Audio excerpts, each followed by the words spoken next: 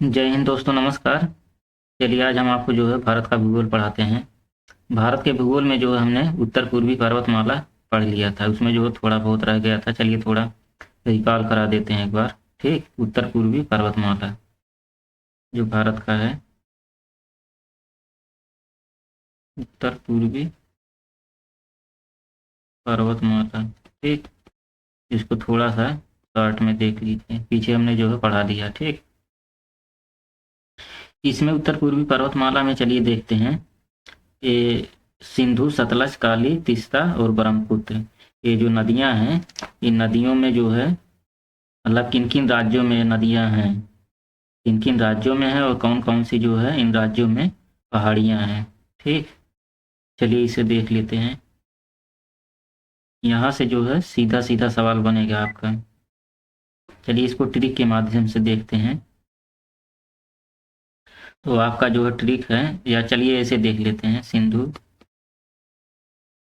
सिंधु, सतलज,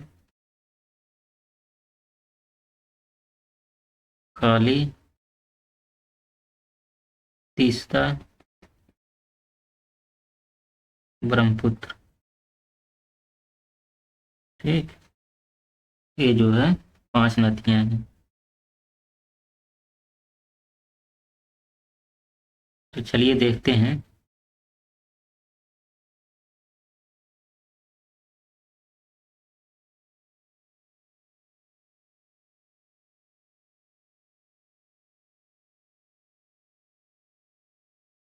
ठीक,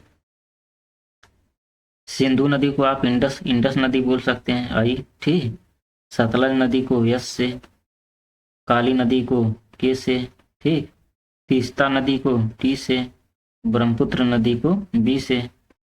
क्या हो जाएगा इस किताब। ठीक, इस किताब हो गया कि नहीं, देखिए। आई यस, चलिए इधर देख लीजिए। आई यस के ई बी, इस किताब को हो गया। और पकना, इसको ध्यान दीजिएगा, पी ए एन ए, पकना। अब देखिए, सिंधु और सतलज नदी के बीच में कौन सा हिमालय है? पंजाब हिमालय, पंजाब हिमालय। इसको जो है आप पी से दर्शा सकते हैं। ठीक, पंजाब हिमालय। इसको दूसरे कलर से दिखाते हैं, यही वाला ले लेते हैं। ये पंजाब हिमालय हो गया है। ठीक, उसके बाद सतलज और काली नदी के बीच में कौन सा हिमालय है? सतलज और काली नदी के बीच में कुमायूं हिमालय है, कुमायूं हिमालय। काली और तीस्ता नदी के बीच में नेपाल हिमालय है, नेपाल हिमालय। और तीस्ता नदी और ब्रह्मपुत्र नदी के बीच में जो है असम हिमालय है, असम हिमालय। ठीक, चलिए ये तो हो गया है। असम हिमालय, नेपाल हिमालय, कुमायूं हिमालय, पंजाब हिमालय। यहाँ तक तो समझ में आ गया होगा। यही फार्मूला जो है दिमाग में बैठा लीजिए, इसी फार्मूले से सारा निकालना है। इस किताब को पकाना है, पका के खा जाओ। इस किताब, ISKTB, इस किताब को पकाना मतलब पका के खा जाओ। तो पी के से कुमायूं हिमालय, और यन से नेपाल हिमालय, ए से असम हिमालय। तो PKNA, पकना, पका के खा जाओ। ठीक, चलिए अब इसको देखते हैं। सिंधु नदी, सिंधु नदी पंजाब नदी के बीच में, सिंधु और सतलज नदी के बीच में जो पंजाब हिमालय है, पंजाब हिमालय में जम्मू कश्मीर हिमालय, हिमाचल प्रदेश। ठीक, जम्मू और कश्मीर आता है, जम्मू और कश्मीर। ठीक, ये आएगा। उसके बाद हिमाचल प्रदेश आएगा, हिमाचल प्रदेश। और क्या आएगा? और इसी हिमाचल प्रदेश, इसी पंजाब हिमालय में ही है नंगा पर्वत, नंगा पर्वत पंजाब हिमालय ऊंची चोटी जो है नंगा पर्वत। ठीक। इसी पंजाब हिमालय में ही कश्मीर घाटी, कश्मीर घाटी। ठीक। तो इसी में है कुल्लू मनाली, कुल्लू मनाली। सब सब ये सब सारा कुछ हमने पढ़ा दिया है पीछे। के बाद है कांगड़ा घाटी। ठीक। उसके बाद है डलहौजी, मतलब शिमला, शिमला डलहौजी, डलहौजी। ये सब तो जो है पंजाब हिमालय में मिलेगा आपको सारा। अब कुमाऊं हिमालय में चलिए देख लेते हैं। कुमाऊं हिमालय सतलज और काली नदी के बीच में। कुमाऊं हिमालय में लवासना मिलेगा आपका, LAESCMA, लवासना। ठीक, आपका मिलेगा। और क्या मिलेगा? इसकी सबसे ऊंची कुमाऊं हिमालय की, पंजाब हिमालय की नंगा पर्वत, कुमाऊं हिमालय की सबसे ऊंची चोटी कौन सी है? नंदा देवी, नंदा देवी कुमाऊं हिमालय की सबसे ऊंची चोटी। उसके बाद यहाँ पे कौन कौन सा स्थान है? मसूरी है। ठीक, मसूरी है। और क्या है? अल्मोड़ा है। और क्या है? रानीखेत है, रानीखेत। और क्या है? नैनीताल। ठीक, नैनीताल। यह सब जो है कुमाऊं हिमालय में आता है। सतलज और जो काली नदी के बीच में स्थित है कुमाऊं हिमालय। अब चलिए देखते हैं काली और तीस्ता नदी के बीच में कौन सा हिमालय है? नेपाल हिमालय। नेपाल हिमालय की जो सबसे ऊंची चोटी माउंट एवरेस्ट। ठीक, माउंट एवरेस्ट। माउंट एवरेस्ट जो है सबसे ऊंची चोटी है। फिर अन्नपूर्णा, यहाँ पे अन्नपूर्णा चोटी नेपाल में ही है। धौलागिरी सबसे ऊंची चोटी, धौलागिरी। ये सब पहाड़ियाँ हैं। ठीक।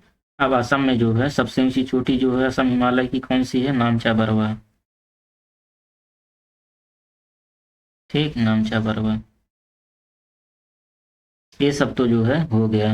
यहाँ तक तो कोई दिक्कत नहीं होगा। इसको जो है शॉर्टकट में जो है ये जो ट्रिक है, ट्रिक से जो है याद कर सकते हैं। आपको सीक्वेंस वाइज सारा याद रहेगा। ठीक, यहाँ तक तो कोई दिक्कत नहीं होगा। चलिए अब इसके बाद जो बताते हैं उत्तर पूर्वी जो है पर्वतमाला जो है। अब इसके बाद जो है आपका आएगा उत्तर भारत का मैदान। ठीक, इसके बाद आपको पढ़ाएंगे उत्तर भारत का मैदान।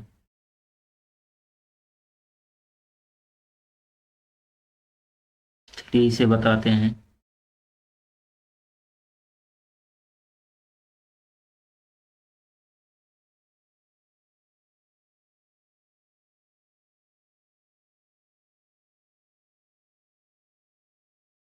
ये है उत्तर भारत का मैदान।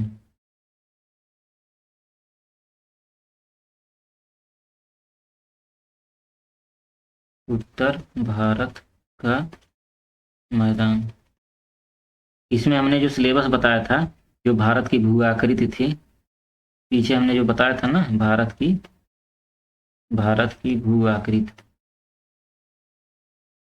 इसमें क्या क्या पढ़ना था आपको बताए ही थे। पहला जो पढ़ना था उत्तर तथा उत्तर पूर्वी पर्वतमाला। ठीक, जो कि हम लोगों ने पढ़ लिया है। और दूसरा इसमें पढ़ना है उत्तर भारत का मैदान, उत्तर भारत का मैदान। ठीक। और तीसरा हमें पढ़ना है प्रायद्वीपीय पठार,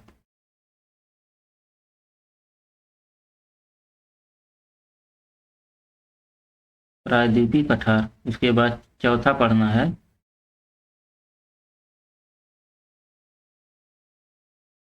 भारत का मरुस्थल। ठीक। उसके बाद पांचवा पढ़ना है तटीय मैदान। उसके बाद छठा पढ़ना है द्वीप समूह। तब जाके आपका जो है भारत की जो भू आकृति है वो जो है आपका कंप्लीट होगा पूरा। भारत की जो भू आकृति मतलब समझ रहे, भूमि की आकृति में सब कुछ जितना है वो सब पढ़ना पड़ेगा। इसी यही जो है भारत के भूगोल का समझिए 50% सिलेबस यही है। तो इसमें जो है हमने आपको ये बता दिया है अच्छे तरीके से सब कुछ। अब जो है आपको ये पढ़ाना है उत्तर भारत में। देखिए अच्छा एक बार दिमाग लगाइए। पहले देखिए भारत के उत्तर से शुरू किया, ठीक। पहले भारत के उत्तर में क्या है, हिमालय पर्वतमाला, ये सब हमने पढ़ लिया उत्तर में। उसके बाद उत्तर में जो है उत्तर भारत का मैदान पढ़ेंगे। उत्तर में पहाड़ियों से नीचे जैसे उतरेंगे हिमालय से, उसके बाद आ जाता है उत्तर भारत का मैदान, उसको पढ़ लेंगे, ठीक। उत्तर भारत का मैदान पढ़ने के बाद प्रायद्वीपीय भारत में आ जाएंगे तो आपको वहाँ सब कुछ पढ़ने को मिलेगा, प्रायद्वीपीय पठार, सब नदियाँ, ये सब पढ़ना, ठीक। उसके बाद अब ये तो सारा खत्म हो गया भारत का, ठीक। अब उसके बाद क्या पढ़ेंगे, मरुस्थल, मैदानी इलाका सब खत्म, मतलब उत्तर पूर्वी पर्वतमाला हो गया, उत्तर भारत का मैदान हो गया, उसके बाद पठार भी हो गया, उसके बाद अब मरुस्थल पढ़ेंगे पठार के बाद। उसके बाद जो भारत के किनारे किनारे तटीय इलाका है, तटीय मैदान पढ़ेंगे, ठीक। अब तटीय मैदान के बाद में जो है क्या बचेगा, उसके आगे जो है वही समुद्र बचेगा। समुद्र में जो इधर उधर द्वीप समूह है, फिर उसको द्वीप समूह को पढ़ लेंगे। जैसे जो है अंडमान निकोबार द्वीप समूह में जितने हैं, लक्षद्वीप में जो जो है वो सब जो है पढ़ लेंगे। तो इसके बाद जो है तब जाके उत्तर भारत का जो भारत की जो भू आकृति में ये सारा जो है समाप्त होगा। चलिए हम लोग पढ़ते हैं उत्तर भारत का मैदान, ठीक। चलिए इसको देखते हैं।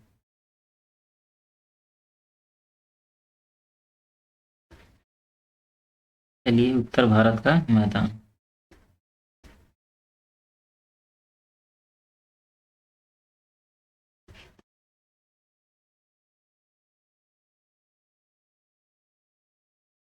चलिए इसमें देखते हैं पहला।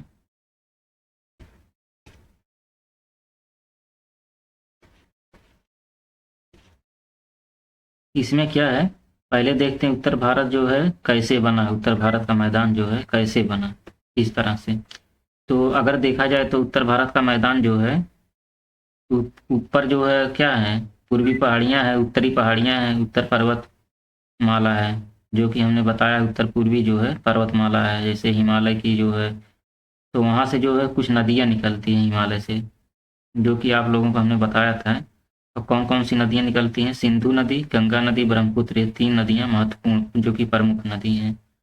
तो सिंधु, गंगा और ब्रह्मपुत्र, ठीक। सिंधु, गंगा, ब्रह्मपुत्र, ये जो तीनों नदियाँ निकलती हैं, इनके द्वारा जो है जब पहाड़ों से निकलती हैं, जब उतरती हैं तो अपने अपने तेज वेग से, तेज प्रवाह से जो है ये जलोढ़ निक्षेप वहाँ से लेके आती हैं। मतलब बड़े बड़े कंकड़ पत्थर, मिट्टी, बालू, ये सब जो है वहाँ से लेके आती हैं पहाड़ों से। तो जब वहाँ से लेके आती हैं तो मैदान के जो है, ठीक, मैदान के पूर्व में, पश्चिम में, मतलब यहाँ पर जो है ये सब जो है बिखेरती हैं धीरे धीरे। तो उसी से जो है उत्तर भारत का मैदान बना हुआ है। तो जब मैदान के पूर्व से पश्चिम में इनकी लंबाई जो है 32,200 किलोमीटर मानी जाती है, उत्तर भारत के मैदान का, ठीक। 3,200 किलोमीटर मानी जाती है पूर्व से पश्चिम की लंबाई में। तो चौड़ाई जो है, चौड़ाई इनका जो है 150 से 300 किलोमीटर माना जाता है, ठीक। उत्तर भारत के मैदान की जो चौड़ाई है 150 से 300 किलोमीटर माना जाता है, और लंबाई 3,200 किलोमीटर है, ठीक। और जो जलोढ़ लेके आती हैं नदियाँ, उसकी जो अधिकतम गहराई जो जलोढ़ निक्षेप की है वो 1,000 से 2,000 है, 1,000 से 2,000 इतना मीटर है, इतना मीटर गहराई है जो जलोढ़ निक्षेप है, ठीक। चलिए बताते हैं, जो उत्तर से दक्षिण की दिशा में मैदानों को 3 भागों में हम बांट सकते हैं, ठीक। जो उत्तर से दक्षिण की दिशा में मैदान को हम 3 भागों में बांट सकते हैं। उत्तर से दक्षिण 3 भागों में बांट के पढ़ेंगे। पहला है इसमें भाबर, भाबर मैदान, उसके बाद तराई मैदान, ठीक। उसके बाद जलोढ़ मैदान।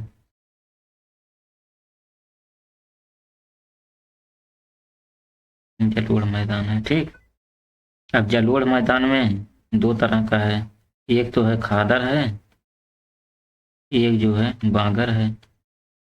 ठीक, चलिए जो है एक एक करके जो है अच्छे से देखते हैं। चलिए इसको मैप से भी बता देते हैं, ज़्यादा समझ में आएगा। ठीक, मान लीजिए यह पहाड़ी इलाका है, या क्या है, या जो हिमालय है। चित्र जो है बनाते चलिए ताकि जो है कोई दिक्कत ना हो। ठीक, हिमालय है,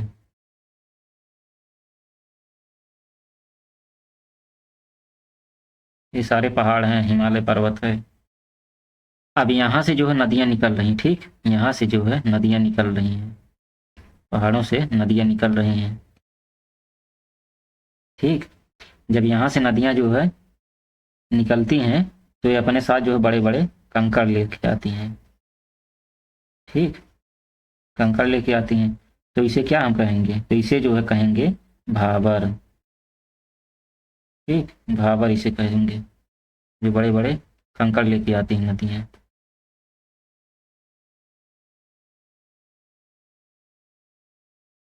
अब जो भाबर, इसके बाद जो नदियाँ आगे बढ़ती हैं, जब ये आगे बढ़ेंगी तो और छोटे छोटे कणों को बहा कर लाएंगी और आगे। ठीक, जिसको हम बोलेंगे, देखिए भाबर से और छोटे छोटे महीन कण लेके आ रहे हैं आगे, जिसे हम कहेंगे तराई। तराई, ठीक, अब यही तराई जो है, तराई से जब नदियाँ आगे बढ़ेंगी तो ये अपने साथ जो है बांगर, बांगर वाली मिट्टी जो है लेके आएंगी, जो कि बहुत ही मतलब जलोढ़ मैदान जो होता है ये और महीन रहेगी। जो तराई मैदान है तराई से भी महीन रहेगी ये। ठीक, मतलब तराई से भी छोटा है। या देखिए इसके बाद देखिए तराई है। ठीक, ये तराई है, तराई है, तराई के आगे जो है बांगर है, बांगर। उसके बाद देखिए जो है खादर आ जाता है।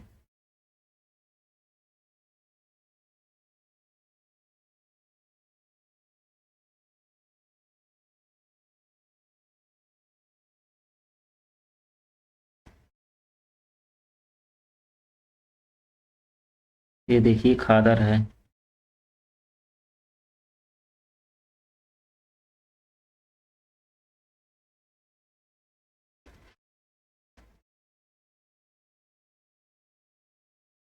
ये जो इलाका है खादर है। ठीक, ये बांगर है, और यह जो है नदी द्रोणी है, जो नदियां बहती हैं। ठीक, अब चलिए जो है देखते हैं इसको। ये देखिए हिमालय है आपका बाबू। ठीक, ये हिमालय है,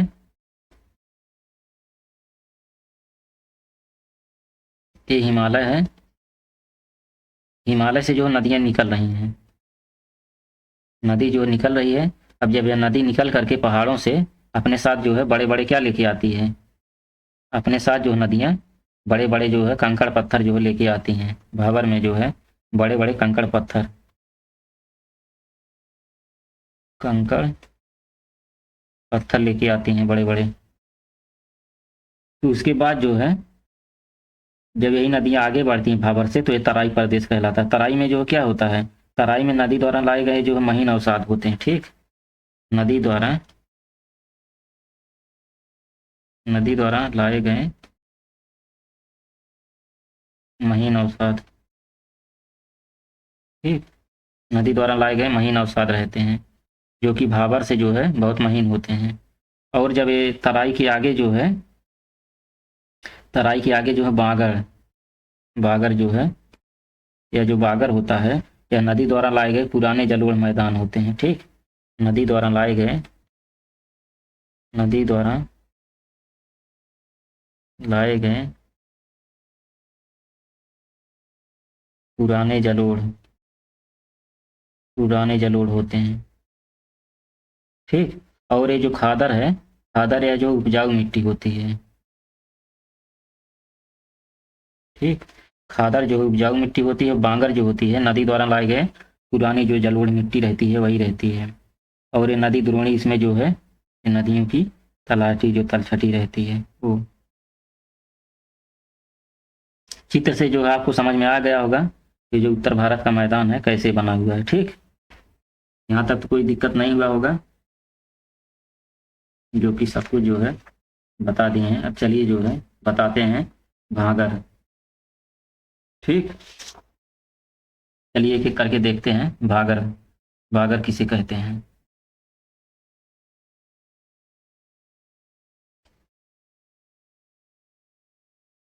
चलिए भागर, हिमालय से जो है ये भाबर पहले देख लीजिए। भाबर, भागर बता रहे हैं, भाबर देखिए।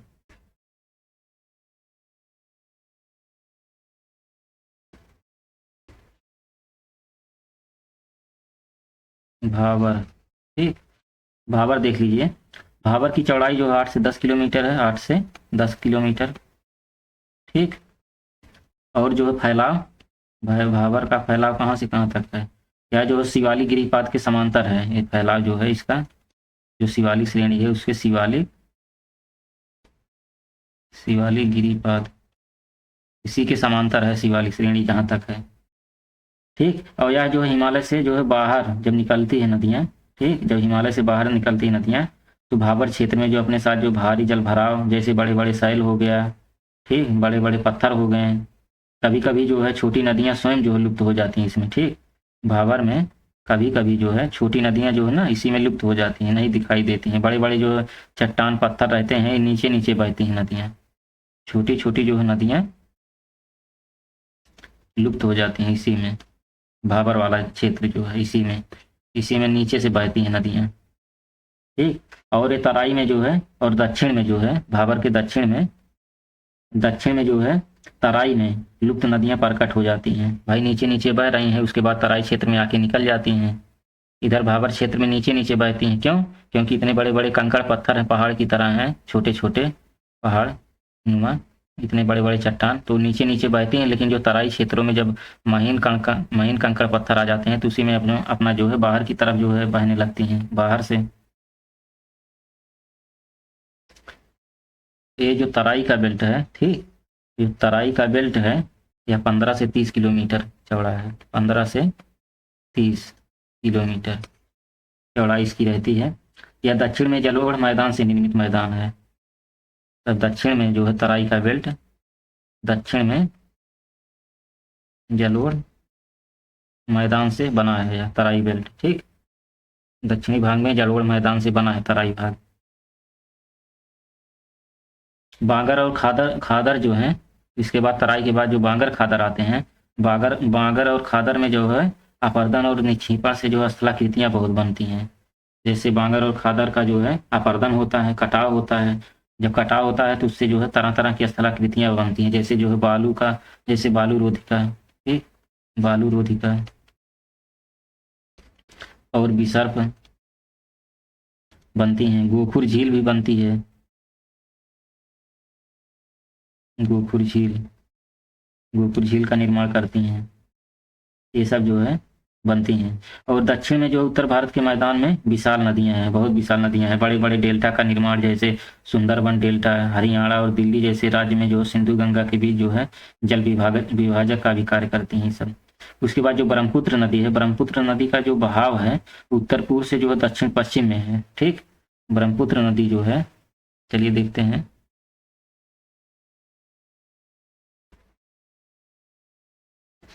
ब्रह्मपुत्र नदी जो है, नदी का जो बहाव है, ठीक, ब्रह्मपुत्र नदी का जो बहाव उत्तर पूर्व से दक्षिण पश्चिम में है। उत्तर पूर्व से दक्षिण पश्चिम में है। और बांग्लादेश में जो है, बांग्लादेश में ये बांग्लादेश में प्रवेश से पहले ही, ठीक, बांग्लादेश में जब प्रवेश नहीं करती है, प्रवेश करने से पहले ही जो है ये धुबरी के समीप जो दक्षिण की ओर मुड़ जाती है, नंबर मतलब 90 डिग्री से मुड़ती है, धुबरी के समीप जो है दक्षिण की ओर मुड़ जाती है। और जो ब्रह्मपुत्र जो है घाटी उपजाऊ मैदान में है, जैसे ब्रह्मपुत्र नदी घाटी जो है यहाँ पे जो है उपजाऊ मैदान है, बहुत ही उपजाऊ मैदान है यहाँ पे। चलिए देख लेते हैं, ब्रह्मपुत्र नदी घाटी जो है जलोढ़ मिट्टी से, मतलब उपजाऊ जलोढ़ मिट्टी से बना है, उपजाऊ जलोढ़ मिट्टी से, उपजाऊ जलोढ़ मिट्टी से बना है ब्रह्मपुत्र नदी घाटी। इसमें जो है कई फसलें भी उगाई जाती हैं। फसलें जो कौन कौन सी उगाई जाती हैं, जैसे चावल हो गया, ठीक, गन्ना हो गया, जूट हो गया। जब यहाँ पे जो इतनी फसलें उगाई जाती हैं, सब कुछ जो है सुविधा है, तो यहाँ पे जनसंख्या कम हो गई ज़्यादा, तो इसी वजह से जनसंख्या भी यहाँ देखिए बहुत ज़्यादा है।